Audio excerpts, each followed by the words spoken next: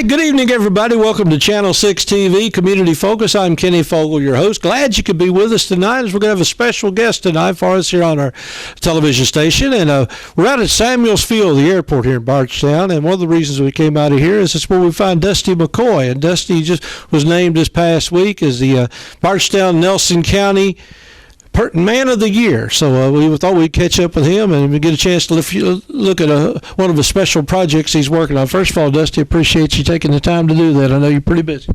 Thank you, Kenny, so much for coming out here, and thank you for taking the time to do this. Well, first of all, we'll get into the Man of the Year thing in a little bit, but I know you got two major passions. You may have more than that, but I know one of them we just visited a few minutes ago was we got some kids from the four major high schools here in Nelson County that are putting together a actual airplane. Yes. They're building something called a Carbon Cub, and in the flying community, it's a backcountry airplane. They're actually incredibly popular, one of the more popular planes in the nation right now. And the kids started work in August, and they're going to have it done by the end of the school year, and they're doing a fabulous job. Now, this is not a drone. This is an actual airplane. This is a real airplane. People are actually going to fly it. You know, people actually fly it. We'll sell it. Uh-huh. We'll probably have people lined up to buy it because there's a long way to the factory in order to buy these planes. Yeah. And then after we sell it, Kenny, we'll have enough money to buy a kit to start this again next year. And because there's a spread between what we're going to be able to sell and what a kit costs, we'll take that spread money then, and we're going to start a flight school out here for high school kids. Oh, that's wonderful. And we hope to have anywhere between 5 and 10 kids next school year get their private pilot's license.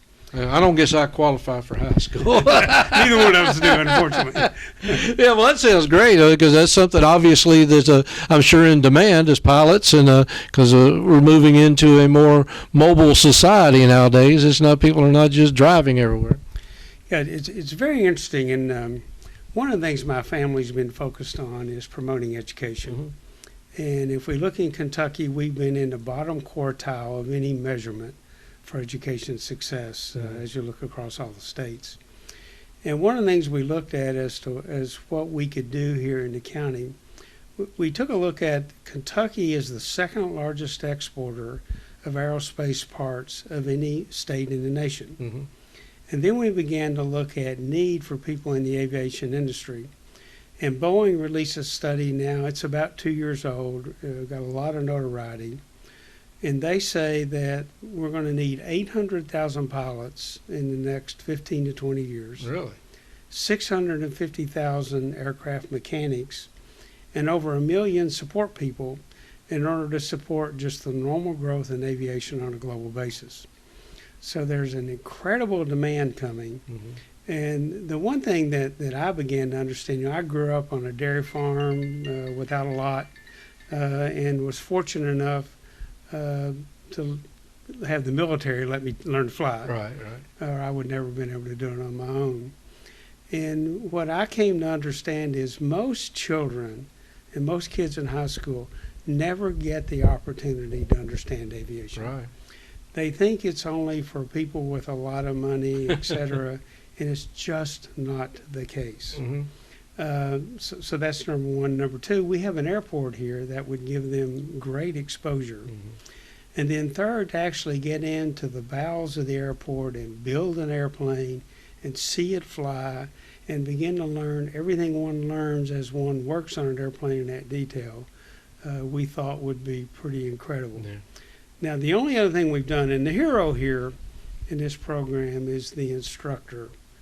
And we won't go into Bill's qualifications, but he's a remarkable man. And then Bill, the kids are out here 5 days a week, Monday through Friday. And they're out here in groups of 6 or 7, there are 20 kids, and they're here for 2 hours each. And then every other Friday, Bill exposes them to something else in the aviation community so that they can learn the whole depth and breadth of what's available in aviation.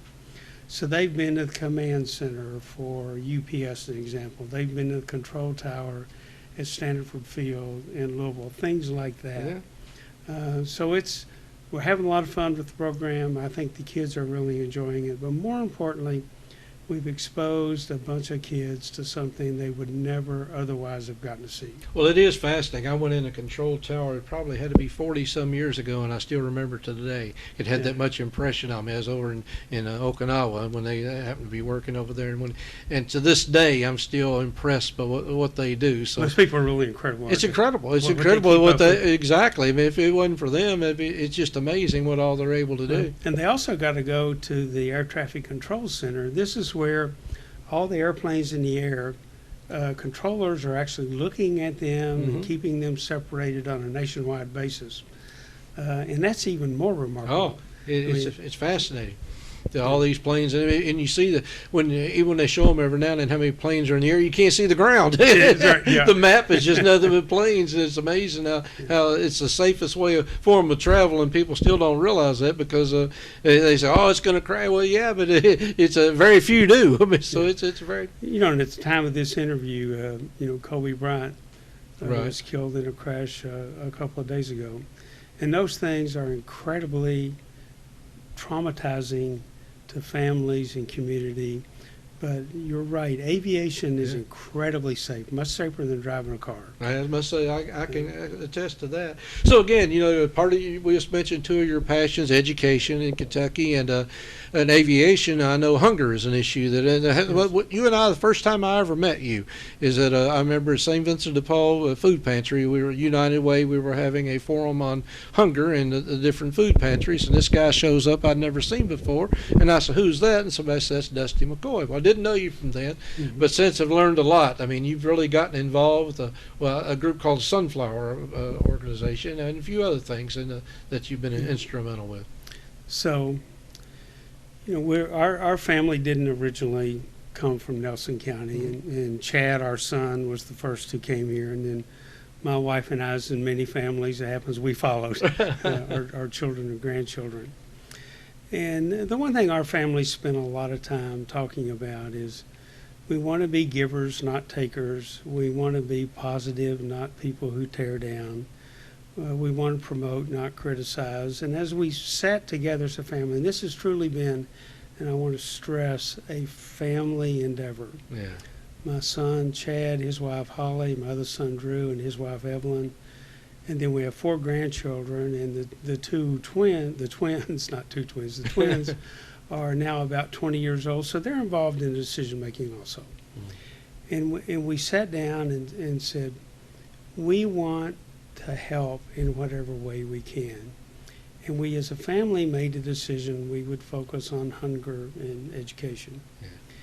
As we began to look at hunger, and actually I recall the meeting very well where we first met.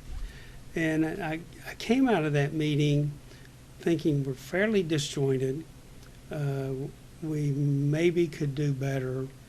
And there's a lot of need, a lot of unrecognized need.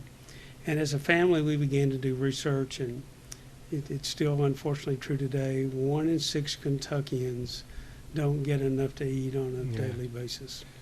So we first went to St. Vincent de Paul, who was running the Food for Life pantry, and we were incredibly impressed with what they were doing. Their thinking around the pantry, but we also were impressed with the need they had for additional resources. So we sat down actually first with Susan Harden, and then through some incredible managers in that food pantry on a day-to-day basis. And they are feeding now around 700 families a month, and the experience for my family has been remarkable. Then as we worked with those folks, we began to understand there may be a population who can't drive, but who are alone and who may need nourishment. And in a lot of other counties, we found out there's Meals on Wheels and things like that, and we couldn't really see anything in this county. Then Dick Heaton, the mayor, was working very hard at the Go Center. We had a discussion with Dick before he was mayor about the fact that the Go Center was attempting to establish a kitchen and do catering. So we came up with this we thought was a crazy idea initially, maybe we could work with Go Center, and Go Center could make the meals, and maybe St. Vincent de Paul could help us distribute the meals. And that's the way it works. But when we talk about heroes in the community, the heroes for the Meals from the Heart program are the volunteers in this community who show up 4 days a week and pick up meals and take them into people's homes. And when we first began to discuss this, one of the pushbacks we got from everybody was, well, there's nobody to deliver the meals. And our belief was, this county is too open, this county and community are too caring and giving. Somehow we would find a way to get the meals delivered.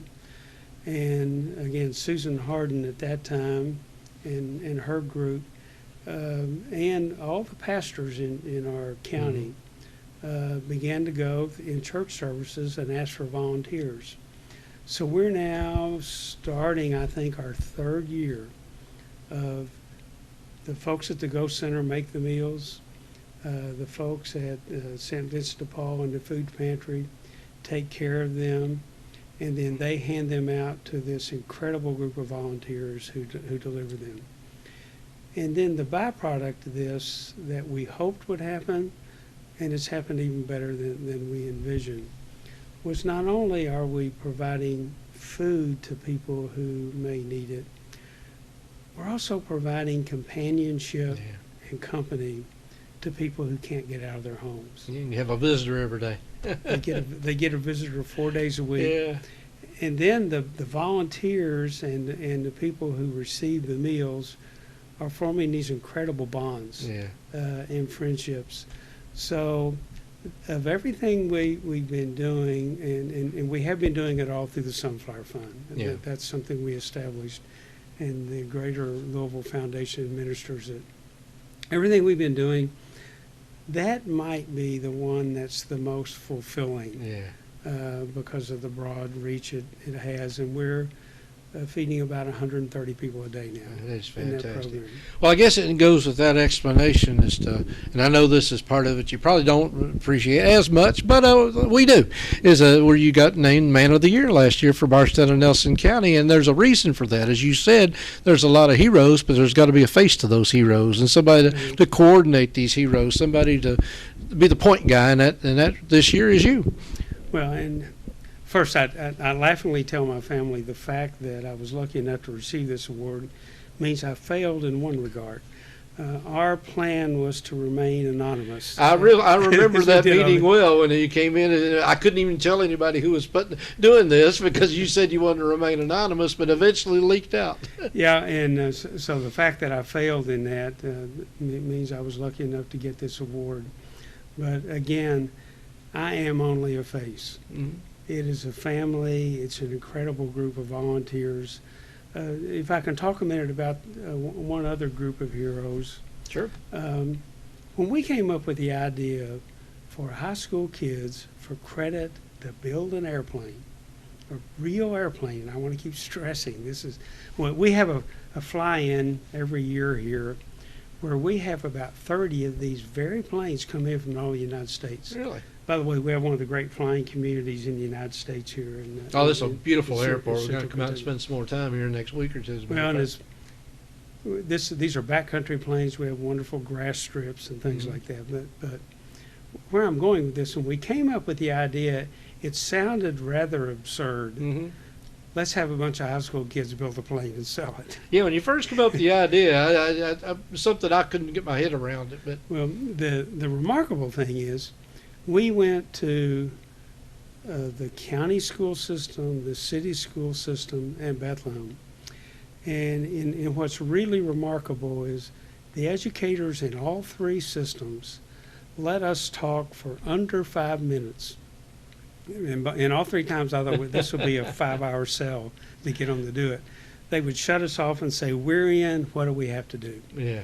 So that was the first remarkable thing. And the second remarkable thing is the educators in this community, and we're sitting in a room here at the airport, sat in this room, and we said, we probably have room for 20. You guys need to figure it out. Yeah. And we left the room, and an hour later they came out and said, okay, we're done. This is what we're going to do. This is how we're going to do it. This is how we want it administered.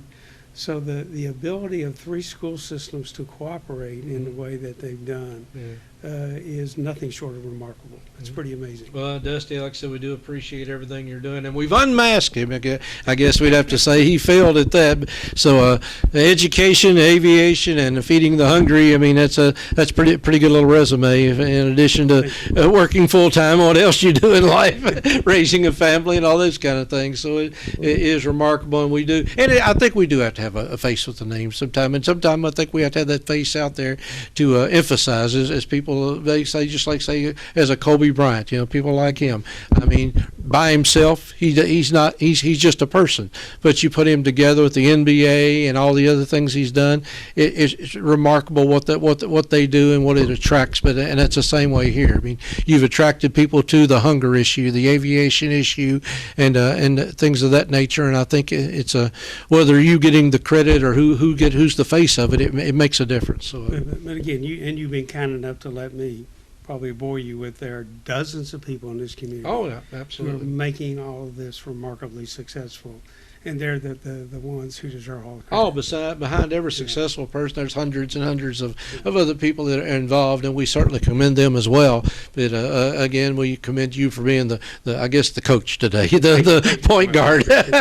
Well, Dusty, appreciate you taking the time out of your day and doing this. I know you're busy, and again, we're at Samuels Field here in Bardstown at the airport, and looking at some of the projects Dusty's got going on. Named Man of the Year, Bardstown Nelson County Man of the Year, and for I guess 2020. I don't know if it's 2019 or 2020. It happens in 2020, but I think it's for 2019. So we'll worry about the details later. But again, Dusty, appreciate you being here and appreciate you tuning in. And again, we like to recognize people that are doing a lot of things. So if you know of somebody we need to be talking to, give us a call. Let us know. We'd like to stop in. We're going to come back out the airport and do some more here and talk to them and talk to people all over the county that are doing tremendous things. And a lot of times behind the scenes and a lot of times just don't get the recognition, but we certainly want to do our part to recognize. So stick around, a lot more to come here on Channel 6 TV. I'm Kenny Fogle. We'll be back right after these messages.